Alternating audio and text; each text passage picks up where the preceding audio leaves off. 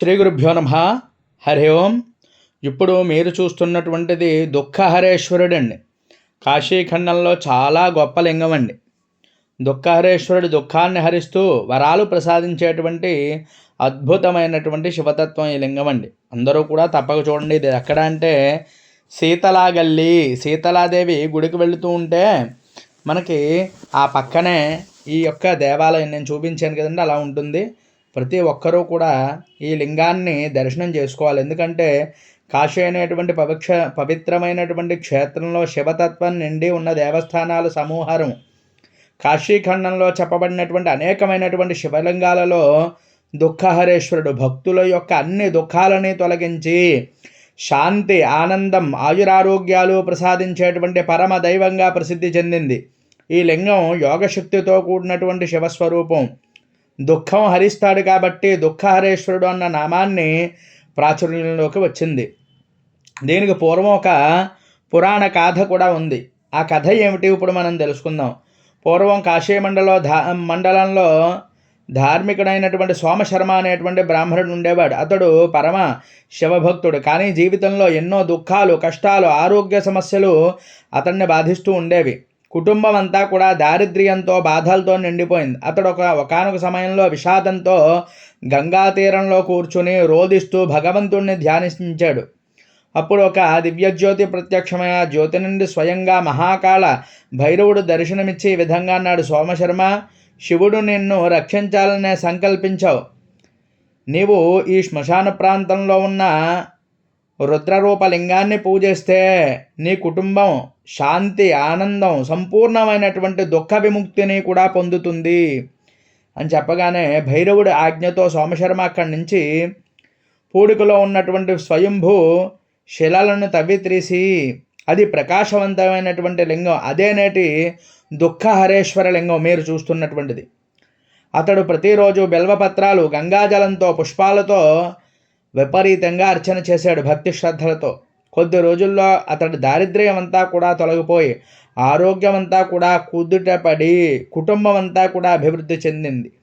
ఈ ఘటన తర్వాతే ఈ లింగాన్ని సర్వదుఃఖనాశన ప్రదాత, దుఃఖహరేశ్వర మహాదేవ అని చెప్పి కీర్తించారు.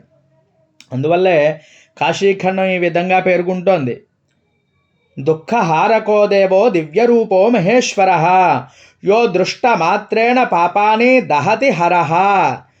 దుఃఖాన్ని హరించే మహేశ్వరుడు దివ్యరూపుడైనటువంటి ఆయన లింగాన్ని దర్శించడం మాత్రమే పాపాలని దహనం చేస్తుంది అని చెప్పి కాశీఖండం ఈ విధంగా పేర్కొంటోంది. మరి ఇంకా ఇంకో శ్లోకం కూడా ఉందండి: దుఃఖశోక భయార్తానాం శరణ్యో భక్తవత్సల, దుఃఖహరేశ్వరో దేవ సర్వాభీష్ట ఫలప్రద అని చెప్పి చెప్పబడుతోంది. అంటే దుఃఖహరేశ్వరుణ్ణి అభిషేకం చేసుకున్నా, ఆరాధన చేసినా, ఇక్కడ కూర్చొని కనీసం జపం చేసినా, బిల్వపత్రాలు, గంగాజలంతో అభిషేకం చేసినా బాధలు, శోకాలు, భయాలు అన్నీ కూడా తొలగిపోతాయి. అంత దయామయుడండి. దుఃఖహరేశ్వరుణ్ణి పూజిస్తే ఏ అభీష్టమైనా సరే నెరవేరుతుంది అని చెప్పి చెప్పబడుతోంది. ఈ యొక్క లింగం యొక్క ప్రత్యేకత ఏమిటి అంటే అండి, మానసికమైనటువంటి బాధలు, శారీరక దుఃఖాలు తొలగుతాయి, ఆయుర్దాయం కూడా కలుగుతుంది, సమస్తమైనటువంటి భయాలు కూడా తొలగిపోయి ఆత్మవిశ్వాసం, చైతన్యం కూడా పెరుగుతుంది. కుటుంబ సమస్యలు, కుటుంబ మధ్య కలహాలు తగ్గి శాంతి నెలకొంటుంది అని చెప్పి చెప్పబడుతోంది. సంతాన సమస్యలతో బాధపడేటువంటి వారు, అంటే పిల్లలది మాట వెనక ఇబ్బంది పడేవారు కూడా ఉంటూ ఉంటారు. అటువంటి వారు కూడా ఈ లింగాన్ని అర్చన చేస్తే ఆ సమస్యలన్నీ కూడా తొలగిపోతాయి. ఇక్కడికి వెళ్ళినప్పుడు ఎలా వెళ్ళాలి అంటే గంగా స్నానం చేసి శుచి అయి బిల్వదళాలు, గంగాజలం, అలాగే మీ కుదిరితే ఆవు పాలు కూడా అభిషేకం చేసుకుని చక్కగా దర్శనం చేసుకుని స్వామివారిని మీ దుఃఖాలన్నీ కూడా తొలగించుకోవండి.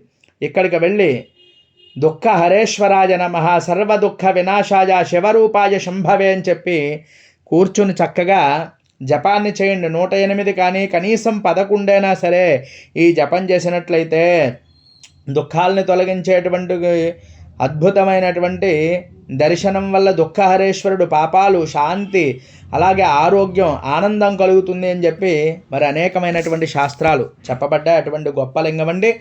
అందరూ తప్పకుండా మన ఛానల్ సబ్స్క్రైబ్ చేయండి. ఎవరికైనా ఉపయోగపడుతుంది అంటే తప్పక పంపించండి. హరి ఓం తత్సతు. స్వస్తి.